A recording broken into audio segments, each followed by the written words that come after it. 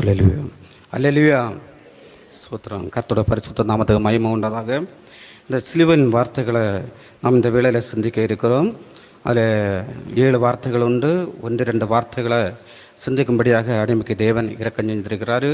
அதுக்காக கர்த்தருக்கு நான் இந்த வாய்ப்பை தந்ததுக்காக, ஆண்டவர் இந்த பாக்கியத்தை தந்ததுக்காக கர்த்தரை ஸ்தோத்திரிக்கிறேன். இந்த வேளையில் நாம் இந்த முதல் வாசிக்கும்படியாக எடுத்துக்கொண்ட வேத பகுதி லூக்கா 23ஆம் அதிகாரம் 34வது வசனம். லூக்கா 23:34. அப்பொழுது இயேசு, பிதாவே, இவர்களுக்கு மன்னியும், தாங்கள் செய்கிறது இன்னதென்று அறியாதிருக்கிறார்களே என்றார். பிதாவை இவர்களுக்கு மன்னியும், தாங்கள் செய்கிறது இன்னதென்று அறியாதிருக்கிறார்களே என்றார்.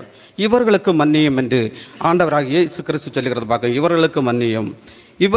இவர்கள் யார் என்று பார்ப்போம் என்றால், லூக்கா 22ஆம் அதிகாரம் 63ஆம் வசனம் வாசியுங்கள். லூக்கா 22:63.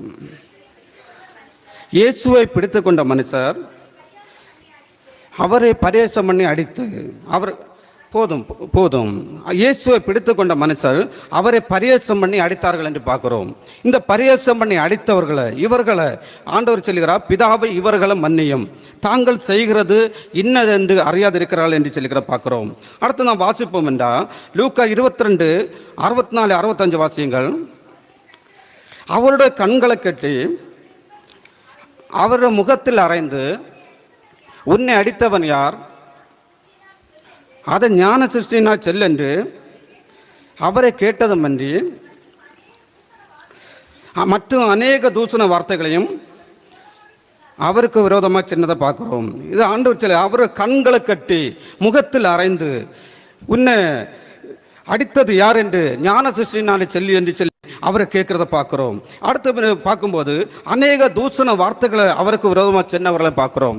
இவர்களை தான் ஆண்டவர் என்ன செய்கிறார்? பிதாவை இவர்களுக்கு மன்னியும், தாங்கள் செய்கிறது இன்னதென்று அறியாதிருக்கிறார்கள் என்று சொல்லுகிறத பார்க்கிறோம். அடுத்து பார்ப்போம் என்றா லூக்கா 23:10 வாசியங்கள். பிரதான ஆசிரியரும் வேதபாரகரும் மேல் பிடிவாதமாக குற்றம் சாட்டி கொண்டு நிற்கிறத பார்க்கிறோம். அந்த பிடிவாதமாக குற்றம் சாட்டி கொண்டு நின்ற இந்த இயேசு கிறிஸ்துவ சிலுவையில் அறைய வேண்டும், இயேசு கிறிஸ்துவை என்ன செய்ய வேண்டும், கொல்ல வேண்டும் என்று அந்த பிடிவாதமாக குற்றம் சாட்டி கொண்டு நின்ற இந்த வேதபாரகர் பிரதான ஆசிரியருக்காக தான் ஆண்டவர் சொல்லுக, பிதாவை இவர்களும் மன்னியும், தாங்கள் செய்கிறது இன்னதென்று அறியாது இருக்கிறார்கள் என்று ஆண்டவரை இயேசு கிறிஸ்து சொல்லுகிறத பார்க்கிறோம். அடுத்து 4வது நாம் பார்ப்போம் என்றால் லூக்கா 23:25 வாசியுங்கள். லூக்கா 23:25. கலகத்து நிமித்தமும் கொலை பாதகத்து நிமித்தமும் காவலில் போடப்பட்டிருந்தவனே அவர்கள் கேட்டுக்கொண்டபடியே விடுதலையாக்கி, இயேசுவையோ அவர்கள் இஷ்டத்துக்கு ஒப்பு கொடுத்தான்னு பார்க்குறோம். இந்த பிலாத்தை பற்றி எங்கே செல்லப்படுகிறது? பிலாத்து என்ன செய்கிறான்னு சொன்னால், பிலாத்து நியாயம் விசாரிக்கிறான். அவர் நீதிமான் என்று பிலாத்து கண்டுகொள்கிறான். பிலாத்தோட மனைவி வந்து செல்கிறான், அந்த நீதிமானுக்கு விரோதமாக நீ ஒன்று செய்யாதீர் என்று சொல்லுகிறான். அப்படிப்பட்ட சூழ்நிலைகளை எல்லாம் அறிந்திருந்தும் இந்த ஜனங்களை பிரியப்படுத்தும்படியாக இந்த பிலாத்து என்ன செய்கிறான்னு சொன்னால், தேவனை அந்த சிலுவை மறந்து ஒப்பு கொடுக்கிறத பார்க்குறோம். இந்த ஒப்பு கொடுத்த பிலாத்து நினைத்தது ஆண்டவர் சொல்லுகிறார், பிதாவை இவர்களுக்கு மன்னியும், இவர்கள் செய்கிறது தாங்கள் செய்கிறது என்னதென்று அறியாது இருக்கிறார்கள் என்று சொல்லுகிற பார்க்கிறோம். இந்த பிலாத்து அந்த ஒப்பு கொடுக்கும் போது என்ன செய்யறச்சுன்னா, தன் கரங்களை என்ன செய்யறான், தண்ணி எடுத்து கழுவி, இந்த நீதிமன்ற இரத்த பழிக்கு நான் காரணம் இல்லை என்று சொல்லுகிற பார்க்கிறோம். அந்த வேளையில் என்ன செய்யறா, அந்த ஜனங்கள் என்ன சொல்லுகிறார்கள், இவனுடைய இரத்த பழி எங்கள் மேலும் எங்கள் பிள்ளைகள் மேலும் இருப்பதாக என்று சொல்லி அந்த இரத்த பழி என்ன செய்கிறாச்சுன்னா அந்த ஜனங்கள் ஏற்றுக்கொள்கிற பார்க்கிறோம். இவர்களை நினைத்து தான், அந்த ஜனங்களை நினைத்து ஆண்டவர் என்ன செய்வார், பிதாவை இவர்களும் மன்னியும், தாங்கள் செய்கிறது இன்னதென்று அறியாதிருக்கிறார் என்று சொல்லுகிறத பார்க்கிறோம். நாம் கடைசியாக பார்ப்போம் என்றா 2 குற்றவாளிகளை பார்க்கிறோம். லூக்கா 23:33 வாசியங்கள். கவஸ்தலம் என்று சொல்லப்பட்ட இடத்தில் அவர்கள் சேர்ந்த பொழுது அங்கே அவரையும் அவருடைய வலது பக்கத்தில் ஒரு குற்றவாளியையும் அவருடைய இடது பக்கத்தில் ஒரு குற்றவாளியையும் சிலுவையில் அறைந்தார்கள். அப்பொழுது இயேசு, பிதாவே இவர்களுக்கு மன்னியும் என்று சொல்லுகிறத பார்க்கிறோம். ரெண்டு குற்றவாளிகளை என்ன செய்கிறார்கள்?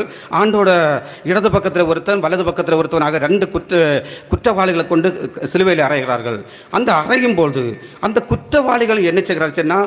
தேவனை நிந்தித்ததாக விதத்தில் சொல்லப்படுகிறது. அந்த குற்றவாளிகளுக்காக ஆண்டவர் என்ன செய்கிறார்? பிதாவிட்ட வேண்டுகிற பார்க்கிறோம். அந்த இடத்துல அந்த இயேசு கிறிஸ்து சிலுவையில் அறந்தவர்களை மன்னிக்கும்படியாக, பிதாவே இவர்களை மன்னியும், தாங்கள் செய்கிறது இன்னதென்று அறியாது இருக்கிறார்களே என்று ஆண்டவராக இயேசு கிறிஸ்து சொல்லுகிறது பார்க்கிறோம். இது எதற்காக சொன்னார் என்று நாம் பார்ப்போம் என்று சொன்னால், இவர்களுக்கு வரப்போகிற தண்டனை என்ன என்று சொன்னால் ஆண்டவருக்கு தெரியும். பாருங்கள், அவர் தெய்வம். இந்த ஆண்டவரை அநியாய தீர்ப்பு செய்தவர்கள், ஆண்டவரை பரியாசம் பண்ணினவர்கள், தூசித்தவர்கள், குற்றப்படுத்தினவர்கள், நிந்தித்தவர்கள், இவர்களுக்கு வரப்போகிற தண்டனை என்ன செய்கிறதுன்னா தெய்வத்துக்கு தெரிந்ததுனால ஆண்டவர் பாருங்கள், அவர் பரலோகத்து மகிமையில் எல்லாம் விட்டு மனிதகுலத்தின் மீட்புக்காக வந்த தெய்வமாக இருக்கிறார்.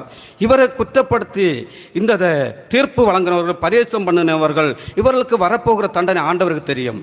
அதனால தான் ஆண்டவர் என்ன செய்கிறேன்னா, பிதாவை இவர்களுக்கு மன்னியும், தாங்கள் செய்கிறது இன்னதென்று அறியாத இருக்கிறதா என்று சொல்லுகிறது பார்க்கிறோம். நீதிமொழிகள் 19:29 நாம் வாசிப்போம். நீதிமொழிகள் 19:29, பரியாசக்காரனுக்கு தண்டனைகளும் மூடனிட முதுகுக்கு அடிகளும் ஆயத்தமாக்கப்பட்டிருக்கிறது என்று விதம் சொல்லுகிறது. பரியாசக்காரனுக்கு தண்டனை பாருங்கள், பரியாசக்காரன தண்டனையும் அவனுக்கு அடிகளும் என்ன செய்யப்படுகிறதாம்? ஆயத்தமாக்கப்பட்டிருக்கிறது. ஆண்டவரை பரியாசம் பண்ணினவர்களுக்கு வரப்போகிற தண்டனை என்னச்சுன்னா ஆண்டவருக்கு தெரியும். பாருங்கள், அடுத்து தூசித்தவர்களுக்கு என்ன தண்டனை கிடைக்கும் என்று வேதத்தில் பார்ப்போம் என்றால், லேவியராகமம் 24:14 சொல்லுகிறது, தூசித்தவனை என்ன செய்ய வேண்டும்? பாளையத்துக்கு புறம்பே கொண்டு போய் கல்லெறிந்து கொல்ல வேண்டும் என்று சொல்லி அங்கே சொல்லப்படுகிறது.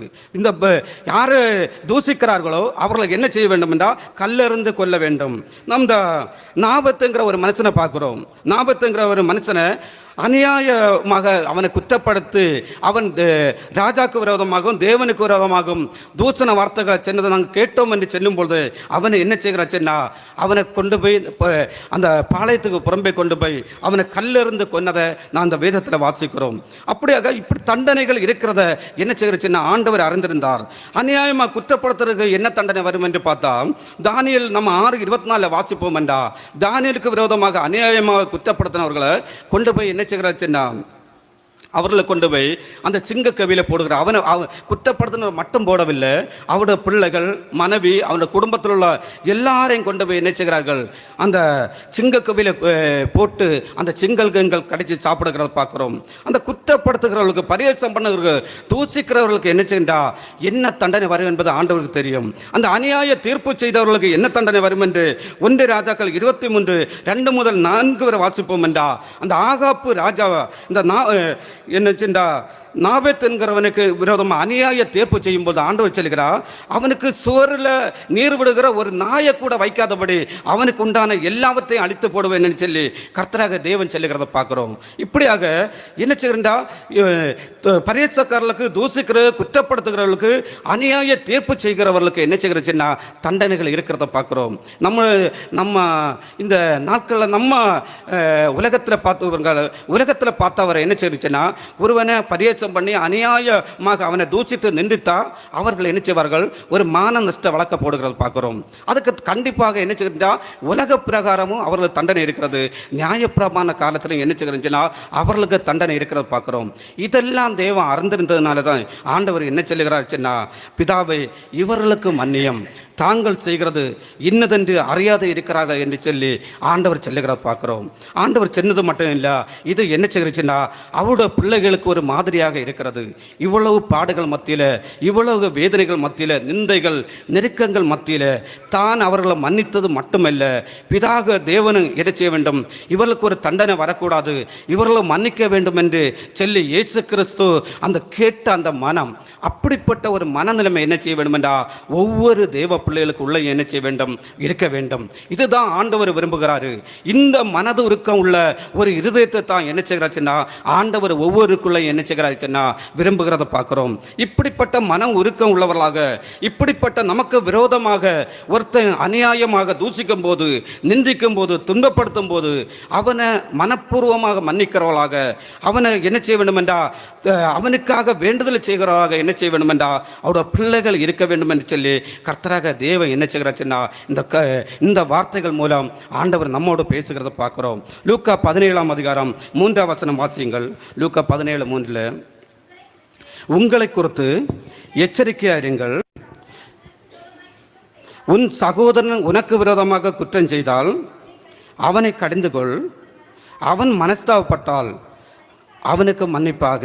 ஒரு சகோதரன் பாருங்க, ஒரு குற்றம் செய்யும் போது என்ன செய்ய வேண்டும் என்றா அவனை என்ன செய்ய மன்னிக்க வேண்டும் என்று ஆண்டவர் சொல்லுகிற பார்க்கிறோம்.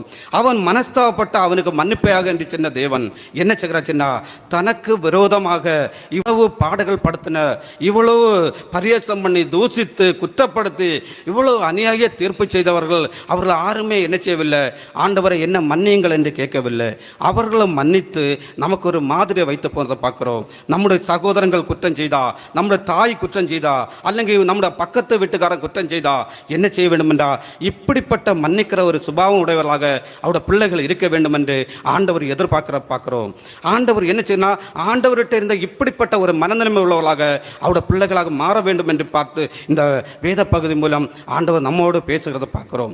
நாமும் இப்படிப்பட்டவர்களாக மாறுவோம். கர்த்தர் இந்த வார்த்தை மூலம் நம்மை ஆசீர்வதிப்பாராக. ஆமென். காரியங்கள் இன்னதென்றறியாரே, தாங்கள் செய்கின்ற காரியங்கள் இன்னதென்றறியாரே, பிதாவினர்களை மன்னியும் என்றார் கல்வாரி சிலுவை மீது, பிதாவே இவர்களை மன்னியும் என்றார் கல்வாரி சிலுவை மீதே.